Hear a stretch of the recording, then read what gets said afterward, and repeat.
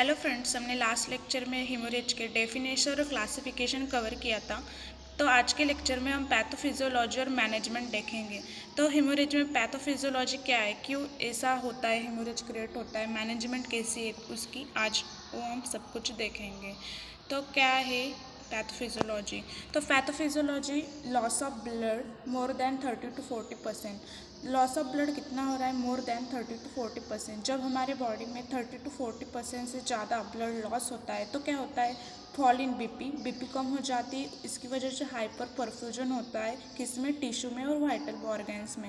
और haemorrhagic shock create होता है। ऐसे जल्दी ही हीमोरेजिक शॉक क्रिएट नहीं होता, उसके भी क्लासीफाई किया गया है कि माइल्ड लेवल पे इतना ब्लड लॉस हुआ तो कुछ नहीं होगा, उससे ज़्यादा हो गया तो शॉक कंडीशन फॉर्म होगी।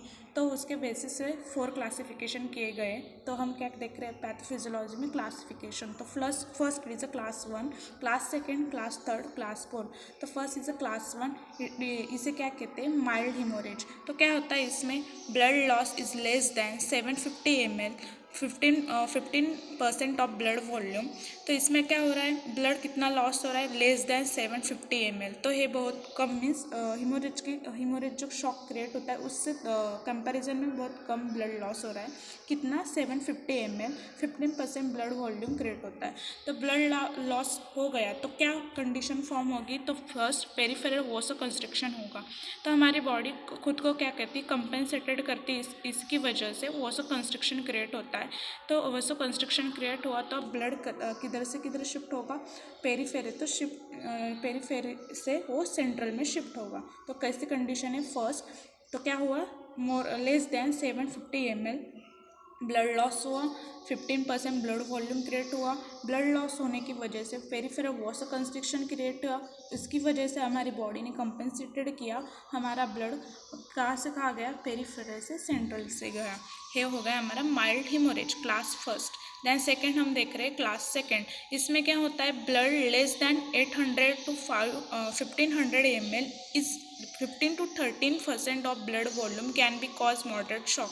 तो इसमें फर्स्ट क्लास 1 में जो कितना होता है? 750 ml। तो इसमें कितना ब्लड लॉस हो रहा है? 800 to 1500 ml इतना ब्लड लॉस हो रहा है। Means 15 to 30% of blood volume create हो रहा है।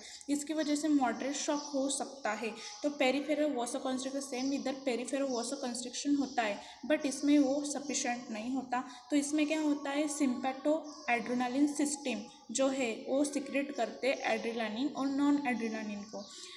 किसको? एड्रेनालिन और नॉन एड्रेनालिन। नॉन एड्रेनालिन और एड्रेनालिन ये दोनों सिक्रेट होते हैं और उसके वजह से क्या होता है?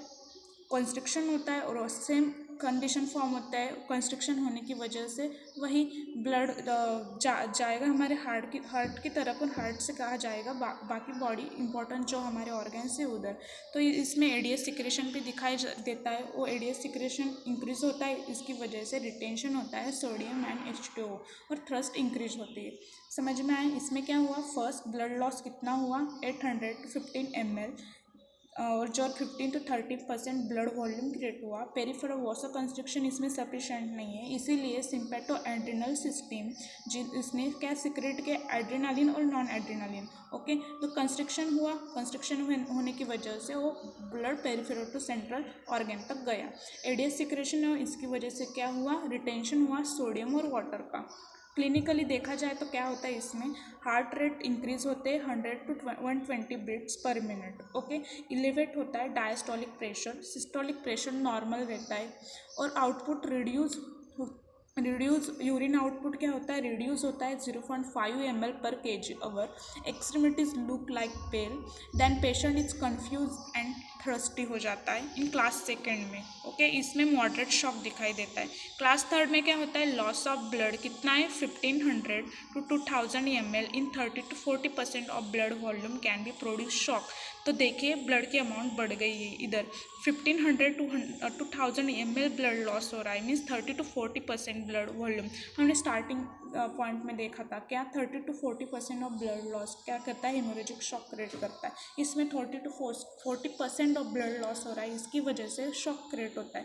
पेशेंट का systolic and diastolic BP fall होती, हार्ट रेट इंक्रीज हो जाती है अराउंड 120 बीट्स पर minute, pulse in 3D, respiratory rate increase हो जाता है more than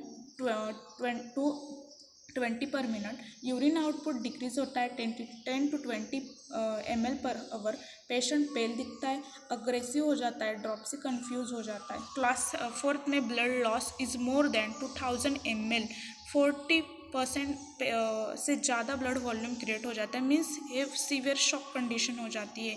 peripheral are cold, periphery जो होती है वो पूरी कोल्ड हो जाती है, पल्स रेडी हो जाते हैं 120 per minute, PP very low, then क्या हो जाता है, पेशेंट में भी morbid means pain of death, जो पेन हो जाता है डेथ होने के पहले पेन होता है। परसिस्टेंट कैन डैमेज ऑर्गन, जो इम्पोर्टेंट ऑर्गन है जो हमारी बॉडी में पूरा ब्लड सिस्टम कंट्रोल में रहते हैं, लीवर, किडनी, लंग, ओके, ये सब क्या हो जाते हैं, हार्ट, सब डैमेज हो जाते हैं, कॉज मल्टीपल ऑर्गन फेलियर में कंडीशन हो जाती है। लास्ट शॉक समझ में है, class first, class second, class third, class fourth, ये हीमोरेजिक शॉक की क्लासिफिकेशन। देन हम मैनेजमेंट कैसे करते हैं, तो फर्स्ट हम पेशेंट ट्रीटमेंट देंगे, हॉस्पिटलाइज करेंगे, हॉस्पिटलाइज करने के बाद हम उसे O2 अटैच करेंगे और heart rate, BP, respiratory rate, oxygen saturation और सब कंट्रोल में लाएंगे। देन केयर करेंगे all ill patient, arterial breathing, circulation सब हम मेंटेन करेंगे, O2 एडमिनिस्टर करेंगे, ओके। तो O2 से काम नहीं बनेगा तो हम क्या करेंगे, अनकॉन्शियस पेशेंट है, एंडोट्रैकियल इंक्यूबेशन करेंगे, वेंटिलेटर में उसको रखेंगे। Then large peripheral IV fluid देंगे, Ringer lactate, okay. Then external jugular venous access option for quick transfusion, वो ट्रांसफ्यूजन जो होता है इसका ऑप्शन होता है वो हम देंगे। Patient will be required transfusion of blood produce, okay. Then treatment में 3 देंगे, pressure and packing, position and rest and tonic wait. तो आज के लेक्चर में हमने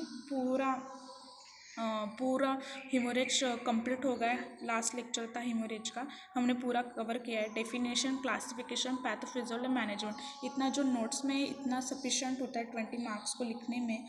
थैंक यू।